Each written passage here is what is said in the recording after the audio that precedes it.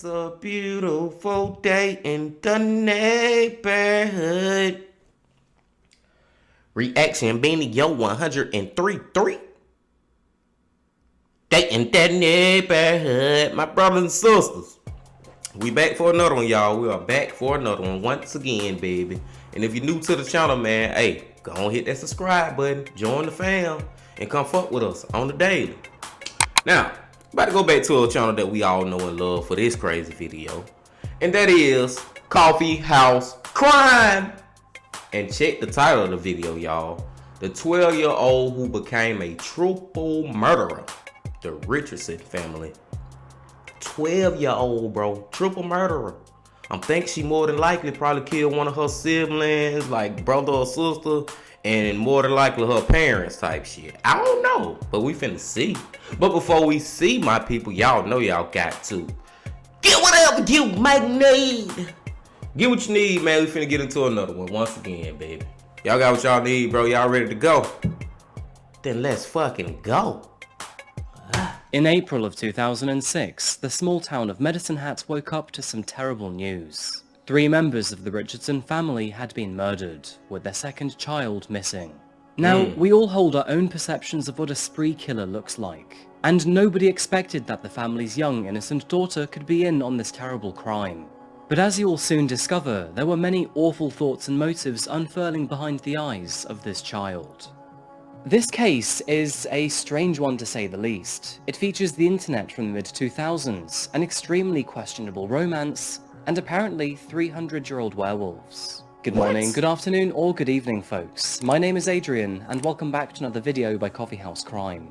Today we're looking at the case of the Richardson family. Now it must be said, but Coffeehouse Crime does more than just coffee. I also do true crime and strange cases here weekly. So if that's your sort of thing, please consider subscribing to the channel. Anyway folks, let's get straight into today's video. So please grab yourself a coffee, buckle up, and get ready for the deep dive. This is the case of the Richardson family massacre. Get whatever you may need.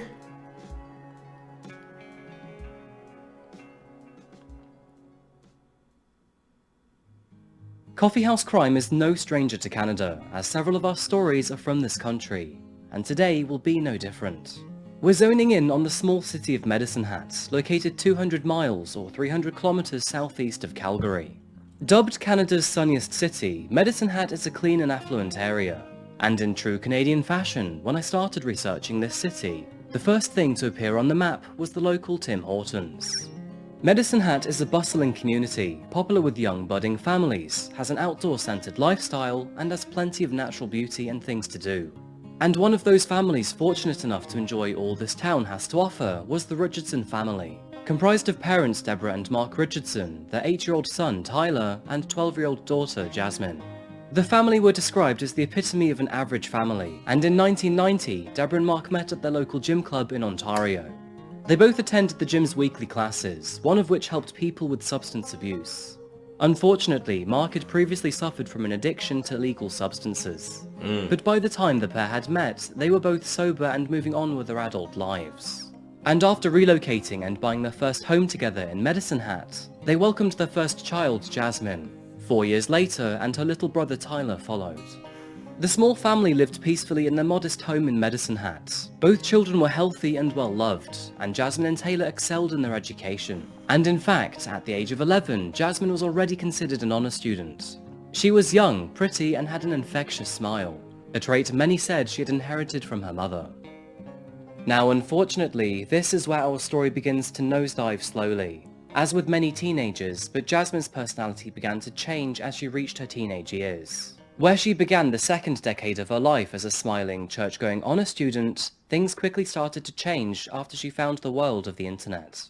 She initially remained bubbly and friendly in real life, but online she took a completely different persona to what she portrayed to her family and her friends. Jasmine had personal accounts on several social networking sites, which included MySpace at the time, and where her MySpace account used to appear tame and girly, it slowly transitioned into a darker and more gothic profile. Now, there's nothing wrong with that, but it's crucial context for today's video. She also created an account on the more obscure and now defunct social networking site vampirefreaks.com. Vampire Freaks was created for the sole purpose of connecting with other people in the goth, punk and emo subcultures, and this was a place that Jasmine had found personal interest in. She went by the usernames such as XKillerKittyX, Runaway Devil and XMayhemX. And for those who remember the young days of the internet, the use of X's was pretty much a product of its time. Yeah. Her profiles were filled with pictures of her donning thick eyeliner, wearing alternative clothing, and posing with fake guns. And the interests listed on her social media descriptions matched quite clearly. Jasmine listed her interest with things like piercings, tattoos, Tim Burton, toy guns, and loud music, which of course was very typical for a budding emo teen in the mid-2000s. That's what I was just finna say, bro. Like, everything she posting so far, it ain't just lead me to believe that she a murderer, man. She a young teenager just, going through her, like, gothic, deep, dark stage or whatever you want to call it. But I wouldn't be alarmed just yet. I don't see a sign that would make me think that she gonna commit murder. You know what I'm saying, bro? I just think she just doing, going through what teens go through. But let's see. The Nightmare Before Christmas was all the rage, and Hot Topic was still devoid of Funko Pops. Now, Jasmine spent a lot of her time online talking to other alternative teens, but alongside this, she also frequented various alternative shows playing in the local area. These shows were generally centered around young people, so 12-year-old Jasmine usually went in a group with some of her friends. And unfortunately, this is where the story takes another wrong turn. It's at one of these punk rock shows that Jasmine crossed paths with a 23-year-old who went by the name of Jeremey Steinke. And Jeremy was by all means a deadbeat. Now see, this where it get fucked up at. When a little teen, young child, I think they say it was 12. She was 12, 13, it don't matter. When a young child like that, bro, a young adolescent like that, bro, meet up with a grown man, 23, that's where the shit get fucked up at, because he can have so much influence on her fucked up decisions. You know what I'm saying, bro? He can be such an influence on that, bro. And he grown. He ain't got no excuse. But let's go. After being heavily bullied, he dropped out of high school. But after this moment, he refused to find work, and instead lived in a trailer park with his mother. His mother suffered from alcohol abuse and struggled to maintain a stable relationship, which meant that men constantly came in and out of Jeremy's family home. Sadly, many of these men didn't take kindly to Jeremy either, and he often found himself physically abused by his mother's lovers. In 2006, and 23 years old at the time, Jeremy was unemployed and spent most of his time talking to girls online, most of whom were much younger than him. Jeremy described himself as somewhat of a freak, and all of his friends around him would echo his self-description, which makes sense as Jeremy told his friends several bizarre facts about himself. He told them he liked the taste of blood, and even drank it regularly. In addition to this, Jeremy was often seen with a vial of blood around his neck, just in case he ever got a so-called craving. Stranger still, Jeremy claimed that he was a 300-year-old werewolf, and while this sounds intriguing, Medicine Hat has had countless full moons with 0 casualties, so I'm calling bullshit on this one. Jasmine met Jeremy at a local punk rock show where she told him that she was 15 years old, but in fact she was only 12 at the time. Either way, 15 is still a minor, but this didn't seem to faze Jeremy. He actually preferred younger girls, as they were easier to manipulate and control. The pair exchanged messages on various social media sites, including Vampire Freaks and the Canadian social networking site Nexopia, where Jasmine's age was still listed as older than she actually was. Over the following months, the two began to speak more often and more intensely, and it was evident that Jeremy's lifestyle and interests were influencing the young 12-year-old Jasmine. And over these messages, things took a disturbingly romantic turn between the two. And for all intensive purposes, it appeared that Runaway Devil and Soul Eater were now a couple. Wow. I'll spare you most of the details, but an extract of one of his messages read, "God, I can't get over not seeing or talking to you. I yearn to hear your soft, subtle voice, and long to be held in your arms wherever that may be. I don't care, there is not anything that could ever replace the way you make me feel. I miss you, I love you, and I wish that we could just go somewhere. In very 2000s fashion, he even slipped in a hugs and kisses at the end and a ruffle emoticon, finishing it off with, talk to you later, cuddle bunny. Along with So this excuse me. So this motherfucker a pedophile too, y'all. Oh, okay. Let's go. With these creepy, inappropriate messages, he also influenced Jasmine to take on a darker personality, and soon after this, she transitioned into a more gothic lifestyle. It even went so far that, as a declaration of his love, Jeremey gifted his young girlfriend a vial of his very own blood, just like the one around his neck. What the And fuck? it didn't take long for this relationship to spill into real life, as Jasmine's parents became horrifically aware of their daughter's new adult boyfriend. They were understandably Shit on that. Her fucking parents should be getting that man locked the fuck up, bro. That what the hell that should do. Let's go. terrified for their daughter, and soon after learning about Jeremey, they swiftly grounded their daughter and took away her computer. However, after behaving for a while, this was returned to her. And do you think she ignored Jeremey afterwards? Hell Of no. course not. The two reconnected, this time being more careful with concealing their relationship. The restrictions did not go unnoticed by Jeremey, however, and he was furious that Jasmine's parents were getting in the way between the two. In his own dark, edgy way, he expressed his anger through poetry, writing the following. My lover's rants are totally unfair. They don't know what is going on and just assume. She is slowly going insane. She continues to thank that I came.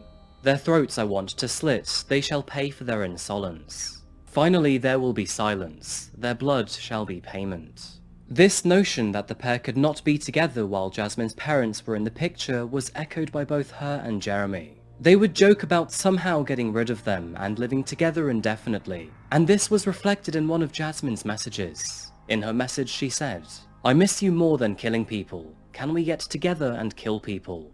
Rawr, I hate them. So I have this plan. It begins with me killing them and ends with me living with you. Now, teenagers often joke about Crazy. hating their parents, and it's not uncommon for them to sometimes wish they would disappear. But these words were falling on the ears of an obsessive predator, hell-bent on keeping Jasmine's affections. And whether or not Jasmine truly meant the words she was typing is unknown. But at least in Jeremey's mind, the idea of killing for his so-called lover was morbidly romantic. The Richardson family carried on about their daily lives. Mark and Deborah were happy that their daughter seemed to have taken a turn for the better, and their son Tyler was now attending school too, living the average innocent life of a happy 8-year-old boy. But very little did they know, through a computer screen, that their demise was being meticulously planned, and one of their killers would be their own flesh and blood. Fucked up.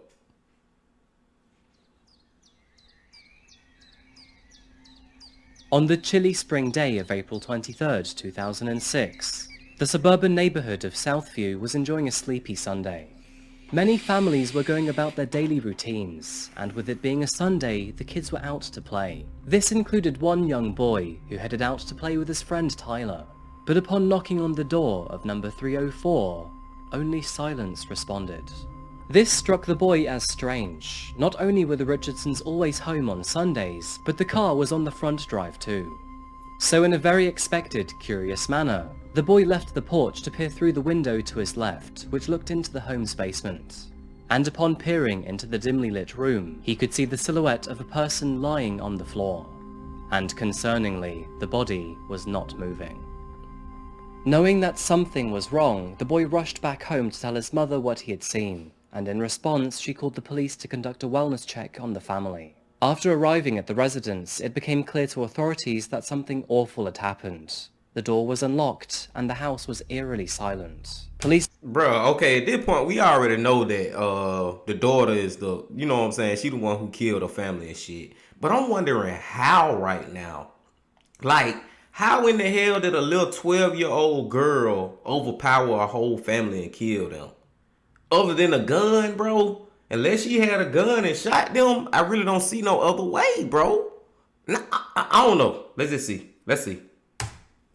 Police officers began their search in the basement, and there they found the bodies of Deborah and Mark Richardson. They were both dead on the ground, motionless in a pool of their own blood. Sadly, Deborah had been stabbed 12 times in the Damn. chest, and as for Mark, he'd suffered 24 lacerations and punctures to the chest and back. The Unless her boyfriend came over this bitch and helped her ass, bro. Cause we just found, okay, they got stabbed to death. But it's just hard for me to believe she was able to do that shit by herself. Let's go. horrors of what police would discover did not stop there, as sadly, after entering Tyler's bedroom, they too found his lifeless body in his bed. Damn. Blood covered his bed sheets and the surrounding stuffed animals he often took to bed. The young boy had been stabbed 5 times, and his throat had been cut. Scouting the crime scene, police took note of the family pictures scattered around the house, which depicted a family of 4. And of course, this begged the question, where was their daughter, Jasmine? It was immediately assumed that these murders were the result of a home invasion, and quite possibly, Jasmine had been abducted by the very person or people who murdered her family. An Amber Alert was put in force for the missing teenager, and police began preliminary work in their search for the missing 12-year-old girl. This started with her friends and her school.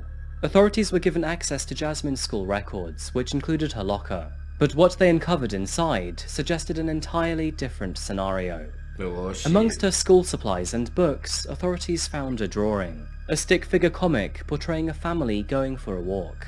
One of the family then retreats to Jeremy's truck, where they collect gasoline and pour it onto the other 3 family members. They then set the 3 ablaze, drawing out their pain and agony. With the discovery of this drawing, authorities decided to treat Jasmine's disappearance as suspicious, and with Jeremy's name in the picture, they were very keen to find out who he was. It didn't take long for several leads to come through either, as soon after questioning several of Jasmine's friends, authorities were able to identify the man as Jeremey Allen Steinke.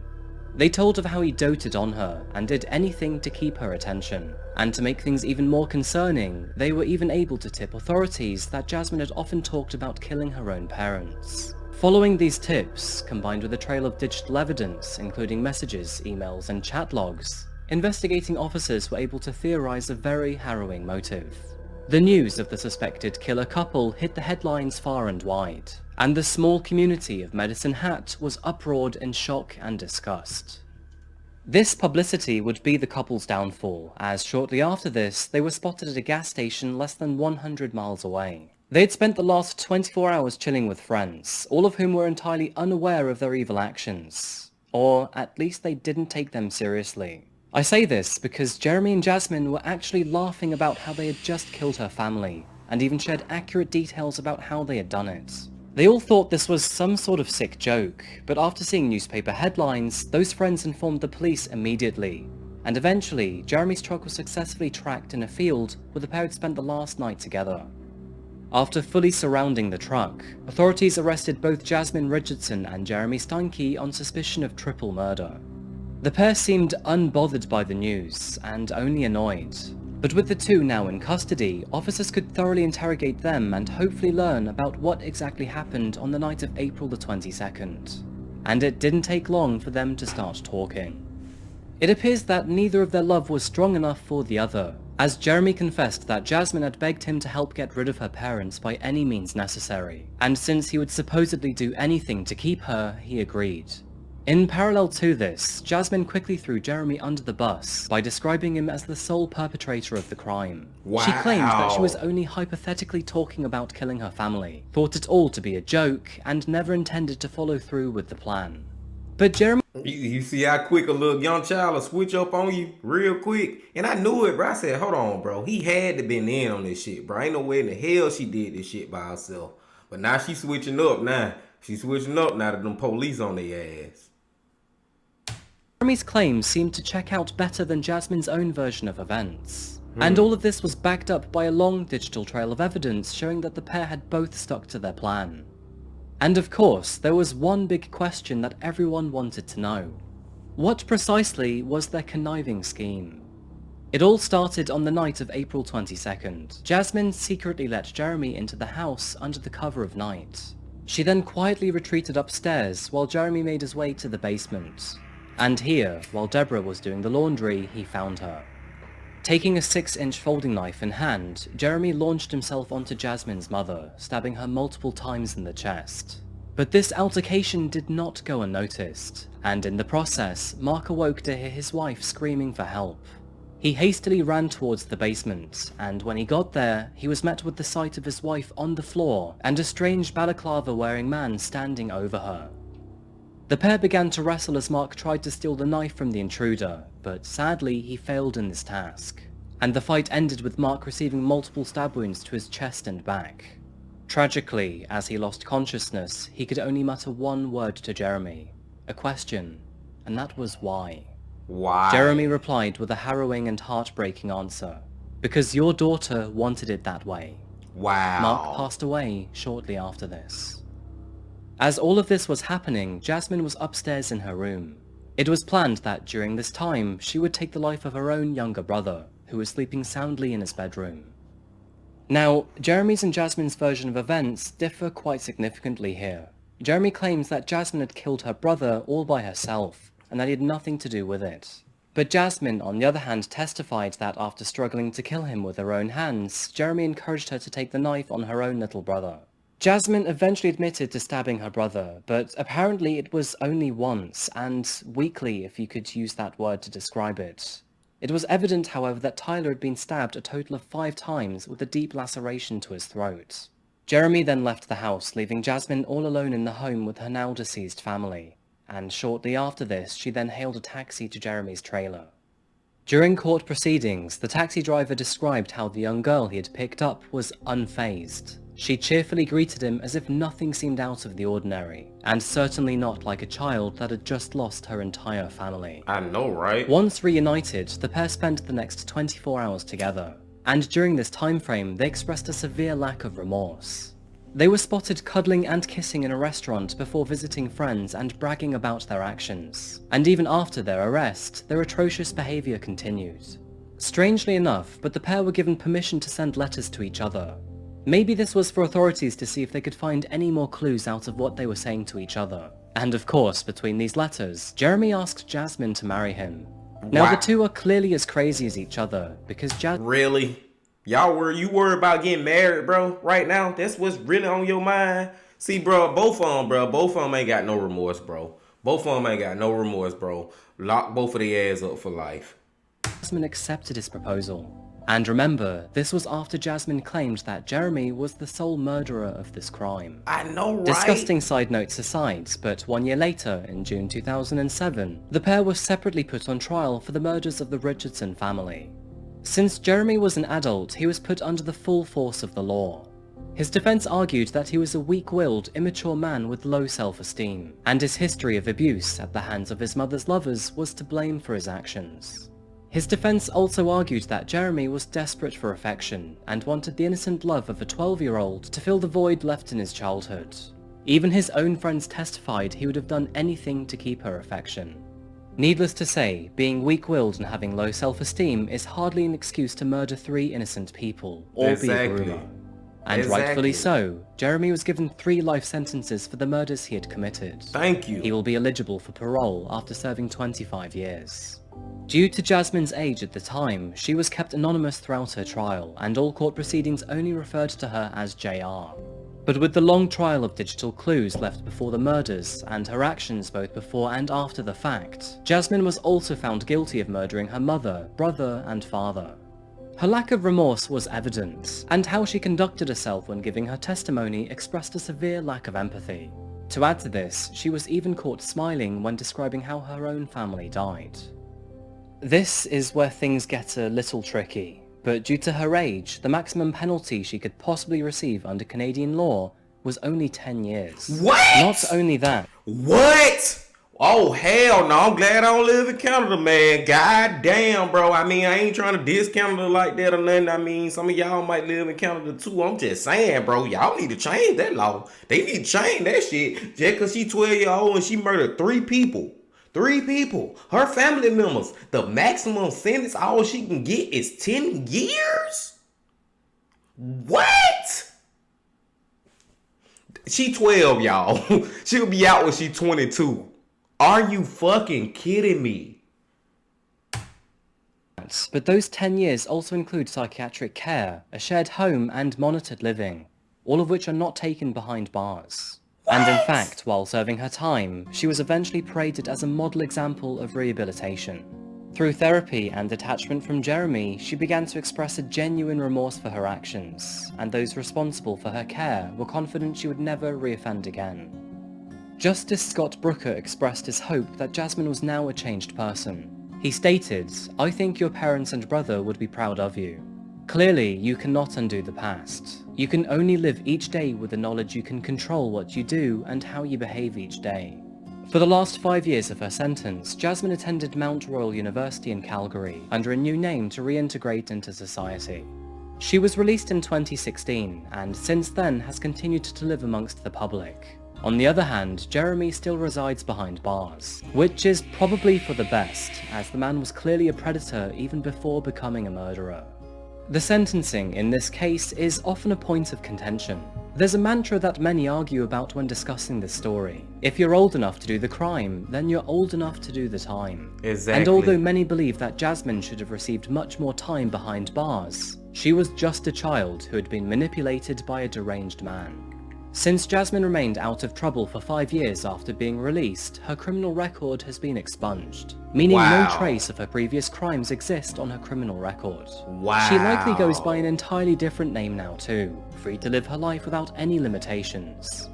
Mark and Deborah Richardson were loving parents looking out for their daughter. Any parent would have been horrified to learn of Jasmine's situation. They loved and cared for their daughter and only wanted to keep her safe. But sadly, both of them, along with Jasmine's younger brother Tyler, were murdered in the face of an illegal, disgusting love affair. Jeremey will never see the light of day again, and Jasmine will have to live with her guilt for the rest of her life, which I imagine is a punishment all in its own right. The community of Medicine Hats have refused to welcome her back, and of course the town is still scarred by the event. Honestly, I'm not sure what to think about Jasmine's sentence. 10 years is a very short time considering the weighting of her actions. But then again, she was only 12 years old and had been groomed by a 23-year-old. Canada's judicial system is very different to the rest of the world, where some places like the US believe in punishing people. For Canada, it's all about reformation. I mean, there is the argument that some people are just born monsters, and although Jasmine was only 12 years old, she did kill her entire family. So, can she be trusted after she's released from prison?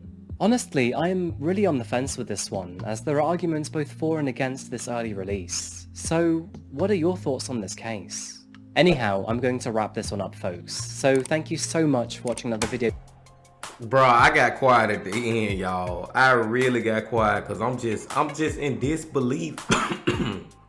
I'm just in disbelief, y'all. Like, bro, what in the fuck? I did not see that coming, bro. 10 years? And she wasn't even behind bars for all 10 of them years. She was just in, different places, getting help, getting treatment. You know what I'm saying? They trying to better her and all this. Bro, I'm sorry, man. I mean, it's tough now. It is tough. 12 years old. She's still a fucking child. Like, child. She young as fuck, adolescent. Like, I get all that. And I get that this motherfucker groomed her and tried to, not even tried, he did manipulate her into his thinking and the way he lived. And, he the mastermind. I give it that. And I'm glad he's still in prison. But there is no way in the fuck, bro, she's supposed to be out, bro. Bro, at the end of the day, bro, hell no, bro. Hell no, bro. Canada need to change they fucking laws, or they need to revise that shit. Do a little switcheroo or something. Hey, man, some shit in the game that y'all need to clean up in Canada, bro. So you mean tell me if I'm in Canada and I'm fucking 12 years old, I can go out here and kill somebody and get out in 10 years, bro? Get the fuck, there's something wrong with that, bro. Hell no. That's the whole thing I'm stuck on, y'all. This is all I can talk about, man. This is really all I can talk about, that her ass is out right now, bro. She probably didn't watch or going to watch this video of her from Coffeehouse. She on YouTube right now chilling, bro. Not a care in the world. She done changed the name on nobody. And they erased the whole criminal record. Like, bro, like, they just got rid of, like, that shit ain't even happened. Like, that shit ain't even happened, bro. They just got rid of it for her. Because she was 12 years old? Nah, fuck that, bro. Like, I ain't saying she should have never got out. I know I said give her life in prison earlier, just a few minutes ago, but let me backtrack a little bit and say, 12. What about giving her 30 or 40? You know, she'll get out around when she like 50. You know what I'm saying? You know what I'm saying, bro? Okay, you still got a little time to live, but you, goddamn, bro, you got to pay for this, bro. And she did not pay, man. I'm done, bro. I am not finna keep on going with y'all, man, on this one, bro. If y'all like me, then y'all know this shit is fucked up, bro. For her to do that little time, man. We can go on and on with this one, man. I can sit right here in front of this camera and talk to y'all for an hour about how fucked up this is. And it's just, I just don't agree with it. I don't agree with it. Maybe some of y'all do, but I just don't agree with it, bro. Hell no, bro. She probably got more time. I digress, my people, man. Hey, it was a good one from my boy Adrian from Coffeehouse, man. We will be back for another one from him very soon. Y'all hit that like button for me, man. Hit that subscribe if you ain't yet. Comment on it. Tell me what you think about it. But until I see y'all again, my friends, I got one more thing to say. The Bean Pepe! Legend.